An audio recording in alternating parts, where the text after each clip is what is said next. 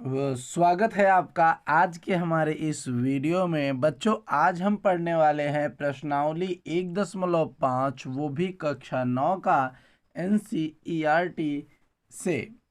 बच्चों, इससे पहले हमने 1.4 तक के सारे क्वेश्चन प्लेलिस्ट के अंदर डाल रखे हैं, आप वहां से जा कर के वीडियो देख सकते हैं। आज की इस वीडियो में हम पढ़ने वाले हैं प्रश्नावली संख्या 1.5 का पहला क्वेश्चन। तो चलिए देखते हैं सबसे पहला क्वेश्चन जो है हमारा, वो आखिर है क्या। तो जो हमारा सबसे पहला क्वेश्चन है बच्चों, वो है बताइए नीचे दी गई संख्याओं में कौन कौन परिमेय है और कौन कौन अपरिमेय है। तो देखिए बच्चों, इसमें हमें पता लगाना है कि हमारी कौन सी संख्याएं परिमेय हैं और कौन सी अपरिमेय हैं। तो ये हमें पता लगाना है बच्चों। इंग्लिश में इन्हें रेशनल नंबर और इरेशनल नंबर के नाम से जाना जाता है। तो पहले कुछ बातें समझ लेते हैं कि क्या बातें हैं। तो एक बात याद रखिएगा, जितनी परिमेय संख्याएं होती हैं, क्या होती हैं दोस्तों, जितनी भी परिमेय संख्याएं होती हैं, परिमेय संख्या आपकी जो जितने आपके रेशनल नंबर होंगे उनके अंदर कुछ जो है क्या होते हैं, नेचर होते हैं, उनके अंदर कुछ क्वालिटी होती है। तो उनके अंदर जो सबसे बड़ी क्वालिटी होती है वो ये होती है कि हर एक संख्या को p बटा के रूप में लिखा जा सकता है, मतलब इस रूप में हम उन्हें लिख सकते हैं। पहला तो इनके पास ये भैया गुण होता है। दूसरा गुण इनका जो होता है वो क्या होता है, दूसरा गुण इनके पास जो होता है वो होता है कि ये सह अभाज्य होते हैं। क्या होते हैं, सह अभाज्य होते हैं। अब सह अभाज्य का क्या मतलब होता है, जैसे मान लीजिए 5/10 कहीं पे लिखा है, तो 5 × 1 = 5, 5×2 = 10, इस तरीके से ये क्या हो जाता है, 1/2 आंसर आ गया। तो इस चीज को हम लोग कहते हैं सहभाज्य। क्या कहते हैं, सहभाज्य। ठीक। लेकिन अगर ये ना कटे, जैसे 1/3, अभी एक से तो कटेगा लेकिन फिलहाल और किसी से कटने वाला नहीं है। या फिर आप समझ लिए 9/4, तो ये कट रहा है, नहीं कट रहा है। ऐसी संख्याओं को हम लोग क्या कहते हैं, सहभाज्य। तो ये क्या होनी चाहिए, सहभाज्य। अगर आप इस दूसरे तरीके को नहीं समझ पा रहे हैं तो ऐसे समझ लीजिए कि P और Q, क्या ये जो P और Q होंगे, जो ये P और Q होंगे, इनका मस क्या इन होंगे, इनका मस क्या आना चाहिए दोस्तों, 1 आना चाहिए। जैसे मान लेते हैं, देखिए 5 और 10 का अगर हम लोग निकालते तो 5 का निकल जाता 5 × 1, और 10 का निकालते तो क्या हो जाता है, 2 × 5 × 1। ठीक, इस तरीके से तो इसका क्या हो जाता है, देखिए 5 क्या, इसका मौसम क्या हो जाता है, 5 हो जाता है। तो इस तरीके से पता चलता है कि ये जो है क्या नहीं है, परिमेय संख्या परिमेय संख्या नहीं होती। फिलहाल ये बातें आपकी जो कॉन्सेप्ट के हिसाब से हैं। ठीक। अब इसमें अगर आपका कक्षा 9 की बात करी जाए तो ये आपके रूल्स काम नहीं आते हैं। तो इसमें जो दूसरा हमारा रूल काम आता है वो होता है कि Q ≠ 0 है। ठीक। और दूसरी चीज़ क्या, कि जो आपकी जितनी संख्याएं हैं, जितनी संख्या है होनी है आपकी, वो सभी क्या होनी चाहिए, पूर्णांक संख्या होनी चाहिए, इंटीजर नंबर होने चाहिए। सारी की सारी क्या होनी चाहिए, पूर्णांक संख्याएं होनी चाहिए। P और Q दोनों पूर्णांक होने चाहिए। ठीक दोस्तों, यानी उसमें आपके माइनस के भी वर्ड आ जाते हैं, प्लस के भी, और इसके बीच में आपका जीरो भी होता है। अब एक चीज़ याद रखिएगा कि जीरो कभी भी माइनस या प्लस के साथ नहीं लिखा जाता है, इस चीज़ को अपने दिमाग में रखिएगा। तो सबसे पहला क्वेश्चन जो है दोस्तों, वो हमारा कुछ इस तरीके से है कि 2 माइनस करणी में 5। तो थोड़ा देखिए दोस्तों, कह रहा है कि ये परिमेय है या अपरिमेय है। तो कुछ बातें समझ लेते हैं। तो हम सीधे तौर पे इसको क्या लिख देंगे, अपरिमेय है। ऐसा क्यों, कारण भी बताना है। भैया यह अपरिमेय है, ऐसा क्यों है सर। तो देखिए, पहली चीज़ तो आपको ये जो 2 दिख रहा है, ये 2 क्या है, तो आप लिख सकते हैं 2 एक परिमेय संख्या है। क्या है, परिमेय संख्या है। परंतु परंतु क्या है दोस्तों, करणी में 5, क्या करणी में 5 एक अपरिमेय संख्या है, एक अपरिमेय संख्या है। ठीक दोस्तों, एक अपरिमेय संख्या है। तो क्या होता है कि जब किसी परिमेय संख्या में से अपरिमेय संख्या को घटाया जाता है तो जो आंसर आता है वो अपरिमेय ही आता है। इसलिए क्या हो जाता है, ये हमारा जो है पहला सवाल हो गया।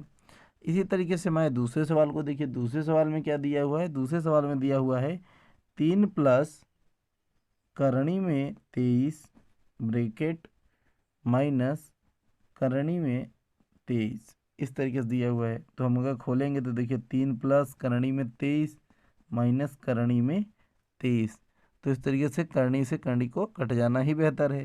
तो आंसर आता है 3, जो कि क्या हो जाता है, परिमेय। क्या हो जाता है दोस्तों, परिमेय। तो इस तरीके से इसका आंसर हमने दूसरे वाले का निकाल लिया। अब देखते हैं, देखिए इसी तरीके से तीसरे वाले को क्या लिखेंगे आप। तीसरे वाले में लिखा है 2 करणी में 7, 2 करणी में 7, माफ़ करिए 7 करणी में 7। तो करणी में 7 से करणी में 7 कट गया, तो ये क्या हो गया, 2 करणी में 7।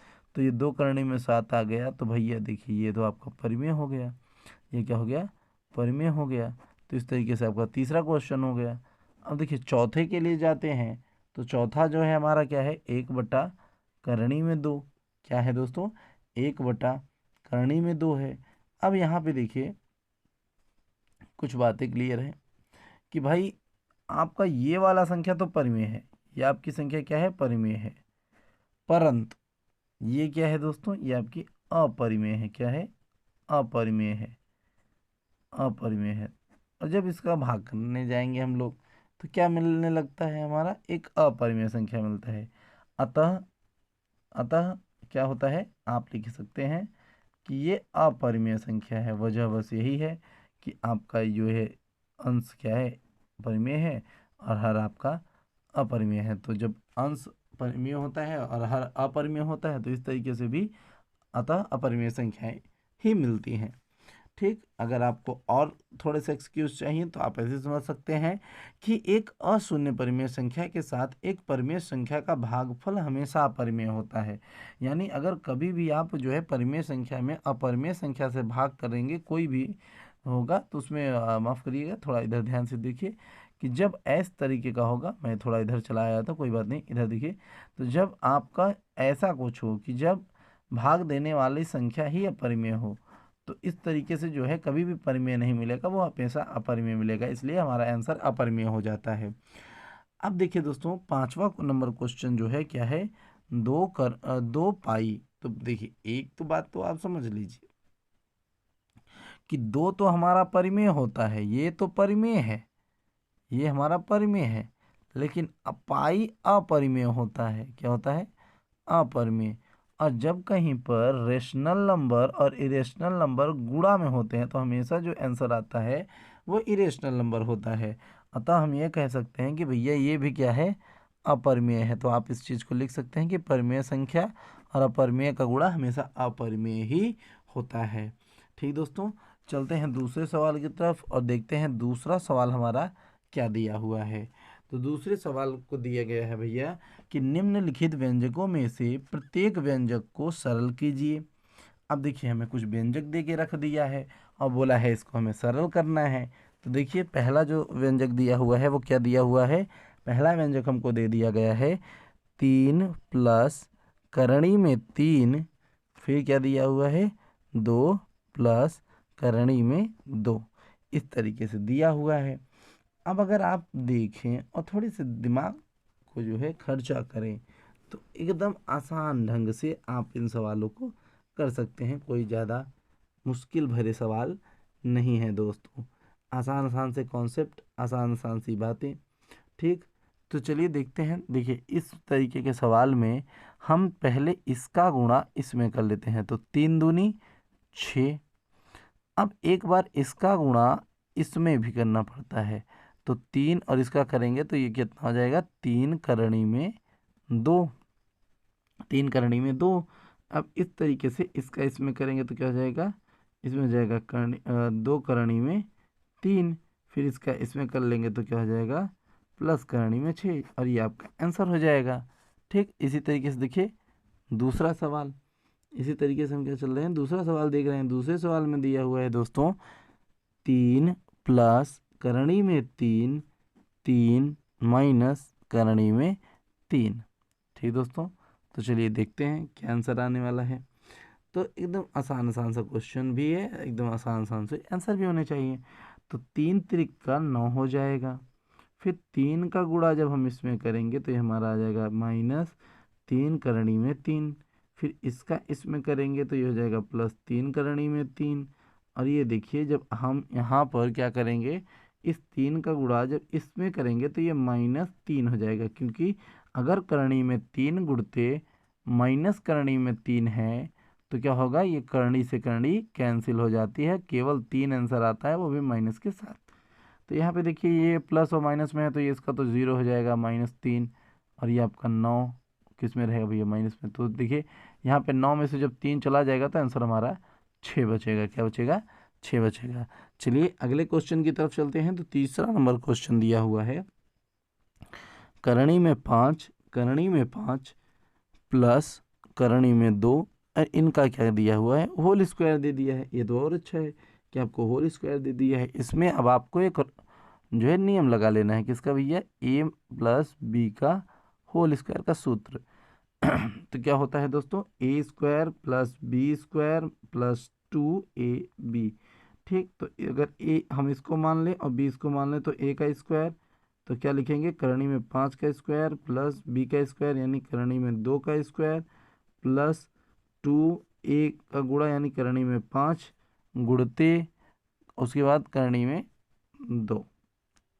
तो 5 का अगर स्क्वायर करेंगे करणी का तो 5 ही आएगा, इसका यहाँ पे 2 हो जाएगा, ये हो जाएगा 5 दूनी 10। ठीक, ये क्या हो जाएगा, 5 दूनी 10, तो करणी में 10 हो जाएगा, ये हो जाएगा 5 दूनी 7 प्लस ये हो गया आपका 2 करणी में 10। इस तरीके से 7 करणी में जो है आपका 7 + 2 करणी में 10 आपका आंसर हो जाएगा। अब अगला देखिए, अगला चौथा नंबर का क्वेश्चन जो है हमारा, चौथा नंबर का क्वेश्चन क्या है, चौथा नंबर का क्वेश्चन है दोस्तों करणी में 5। सबसे पहले देखिए करणी में 5 माइनस करणी में 2, फिर उसके बाद करणी में 5 प्लस करणी में 2।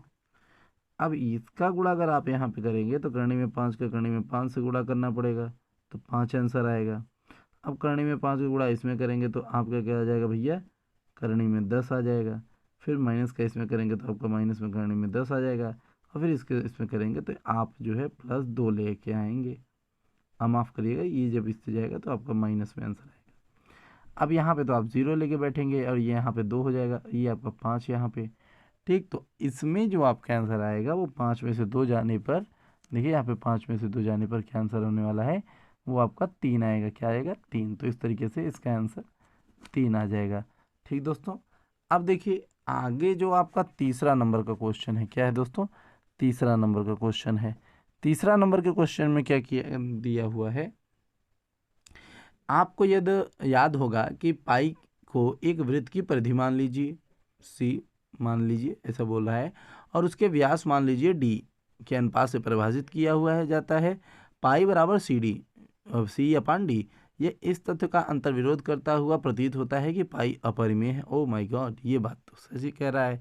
इस अंतर्विरोध का निराकरण आप किस प्रकार करेंगे, तो आपको देखिए ज़्यादा कुछ नहीं करना है, बस एक चीज़ क्लियर रहिए कि आपको जो लिखना है वो आपको सीधा सीधा सा मैं बता देता हूँ क्या है, कि C/D यानी 22/7, 22/7 जो कि क्या है, पाई का सन्निकट मान है। क्या है, जो कि पाई का सन्निकट मान है भैया, जो कि पाई का सन्निकट मान है। तो ये तो भाई सन्निकट मान है, तो इसका कोई अंतर्विरोध नहीं है, क्योंकि आपको याद रहना चाहिए कि अगर हम किसी चीज़ को किसी की लंबाई मांगते हैं तो एक सन्निकट परिमेय मान प्राप्त करते हैं। यह अनुभव नहीं कर पाते कि C/D अपरिमेय है, यानी ये क्लियर नहीं होता है। अतः इस बात को हम पूरी तरीके से स्पष्टता से कह सकते हैं कि जो हमारा 22/7 है वो क्या है, एक पाई का सन्निकट मान है, क्योंकि 3.14 उसका वेरिफिकेशन आंसर होता है। ठीक दोस्तों, तो आप आंसर में लिख सकते हैं कि C/D बराबर 22/7 जो कि एक सन्निकट मान है, और इसका कोई भी निराकरण जो आपका अंतर्विरोध नहीं है, क्योंकि बातें वही हैं। ठीक, अब अगला देखिए चौथा नंबर क्वेश्चन। चौथा नंबर क्वेश्चन क्या है, संख्या रेखा पर करणी में 9 9.3 को निरूपित करिए। तो देखिए दोस्तों, इसको खींचना तो बहुत ही ज़्यादा आपका आसान पड़ने वाला है। तो आपको 9.3 इकाई की एक लाइन खींच लेनी है। एक तरफ आपको ए लिख देना है, दूसरी तरफ आपको बी लिख देना है। अब देखिए यहाँ पर ये आपका एक पूरा वृत्त बनेगा, ये आपका पूरा एक वृत्त बनेगा।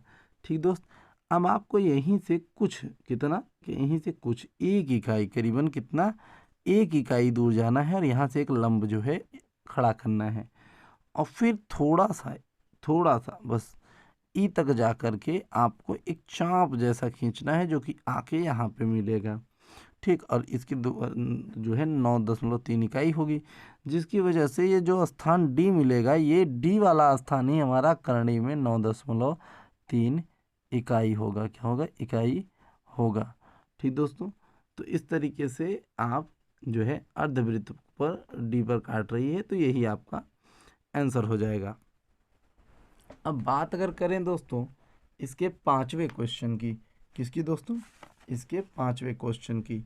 तो चलिए ध्यान से देखिएगा, कोई दिक्कत वाली बातें नहीं है।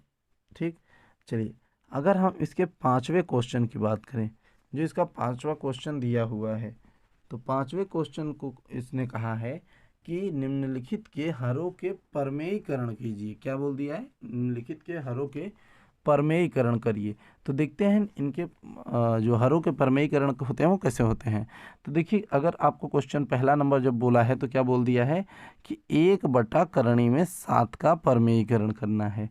देखिए, परमेयीकरण करने का तो सबसे पहला चीज़, परमेयीकरण ये क्या होता है पहले समझ लीजिए। परमेयीकरण होता क्या है? परमेयीकरण, अगर कभी भी नीचे नीचे अगर कभी करणी दिया होता है तो इसी करणी को हटाना ही क्या होता है? परमेयीकरण होता है। तो करणी हटाई जाती है गुणा करके। क्या करके? गुणा करके, क्योंकि आप जानते हैं अगर करणी में 7 का गुणा हम करणी में 7 से कर दें तो ये आंसर 7 हो जाएगा भैया, क्योंकि करणी चली जाएगी। करणी में 8 का गुणा अगर हम करणी में 8 से कर दें तो क्या हो जाएगा? आंसर 8 हो जाएगा। करणी करणी को हटा देती है। इसी तरीके से अगर करणी में 7 है तो हम क्या कर सकते हैं? नीचे करणी में 7 से गुणा कर देते हैं। हम नीचे करेंगे तो ऊपर भी करना पड़ेगा, ऊपर भी कर देते हैं। इससे क्या होगा? आंसर हमें मिल जाएगा करणी में 7/7, ये वैल्यू हमें मिल जाएगी। तो इस तरीके से क्या होता है? इसका परमेयीकरण हो गया। दूसरे क्वेश्चन को देखते हैं। दूसरा क्वेश्चन जब हम देखते हैं तो दूसरे क्वेश्चन में मिलता है 1 करणी में 7 माइनस करणी में 6, ये मिल रहा है। तो इसमें हम गुणा करेंगे। अच्छा, एक चीज़ और याद रखिएगा, जब इस तरीके के दिखें तो आपको प्लस में करना है, अगर बीच में माइनस हो तो प्लस में करना है। तो गुणा करेंगे हम करणी में 7 प्लस करणी में 6, और सेम चीज़ ऊपर भी कर देंगे, करणी में 7 प्लस करणी में 6। तो इससे क्या होगा? ये करणी वाली जो चीज़ है भैया, ये कहाँ पहुँच जाएगी? ऊपर। तो ये करणी में 7 प्लस करणी में 6, और नीचे आपका बच जाएगा क्या? ये देखिए, ये आपका हो जाएगा करणी में 7 प्लस करणी में 6, और करणी में 7 माइनस करणी में 6, जो कि आगे जाके क्या बन जाएगा दोस्तों? करणी में 7 प्लस करणी में 6। अब ये देखेंगे, देखिए तो आपको सूत्र दिख रहा होगा, a minus B plus A plus B बराबर A square plus B square, ये सूत्र है दोस्तों। तो इस हिसाब से क्या हो जाएगा? करणी का 7 का स्क्वायर और किसका, अच्छा ये माइनस का होता है, ठीक, तो माइनस के लिए माइनस लगा देते हैं, और बी का स्क्वायर यानी करणी में 6 का स्क्वायर।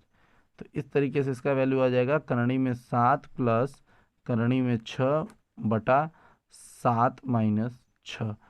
ठीक, तो इस तरीके से जो वैल्यू है वो क्या बच जाएगी आपकी?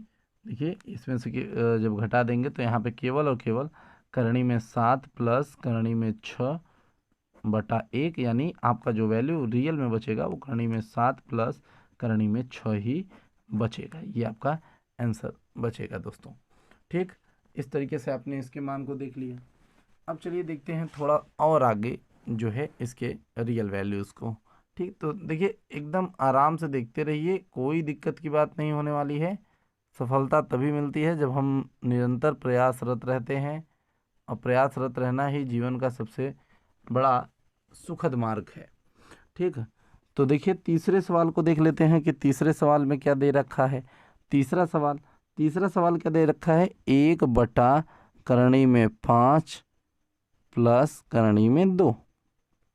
अब कुछ नहीं करना है इसमें भी, बस आपको क्या करना है, एक बार माइनस माइनस कर देना है। देखिए मैंने कहा था इसी सेम चीज़ से गुणा करिएगा, बस बीच के चिन्ह को चेंज कर दीजिए।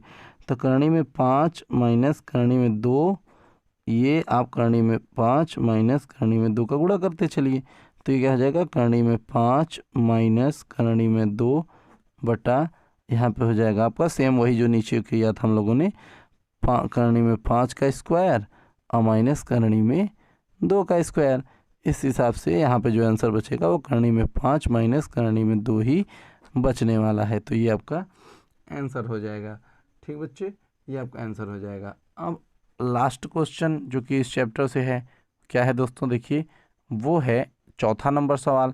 अब चौथा नंबर सवाल क्या है, चौथा नंबर सवाल है हमारा 1 करणी में 7 करणी में 7 माइनस 2। तो देखिए यहाँ पे इसको हटाने के लिए हम लोग क्या बस प्लस से करना है और कुछ नहीं करना है। करणी में 7 प्लस 2, ये आपका हो जाएगा करणी में 7 प्लस 2। आज जब इसको लिखेंगे तो करणी में 7 प्लस 2 और नीचे करेंगे तो ये हो जाएगा 7 माइनस 4, तो जिससे हो जाएगा करणी में 7 प्लस 2 बटा 3। तो इस तरीके से क्या आंसर हमें मिल जाएगा दोस्तों। तो दोस्तों ये वीडियो तो यहीं पे दी एंड है, कोई दिक्कत नहीं। ठीक, अगर आपको यहाँ पे कोई भी कॉन्सेप्ट क्लियर ना हो रहा हो, कोई भी कॉन्सेप्ट जो क्लियर ना हुआ हो, तो हमें कमेंट ज़रूर करिए, क्योंकि आपके कमेंट पढ़कर ही हमें थोड़ी सी जो है और जिज्ञासा मिलती है कि हम अपने वीडियोस में क्या है करेक्शन ला सकें। क्या ला सकें दोस्तों, करेक्शन ला सकें। ठीक, तो वीडियो अच्छी लगी हो तो लाइक ज़रूर करना, चैनल को सब्सक्राइब करना। हम लाते रहेंगे आपके लिए ऐसे ही। तब तक के लिए एकदम मस्त रहिए और हम लेते हैं विदा। धन्यवाद, मिलेंगे अगली वीडियो में।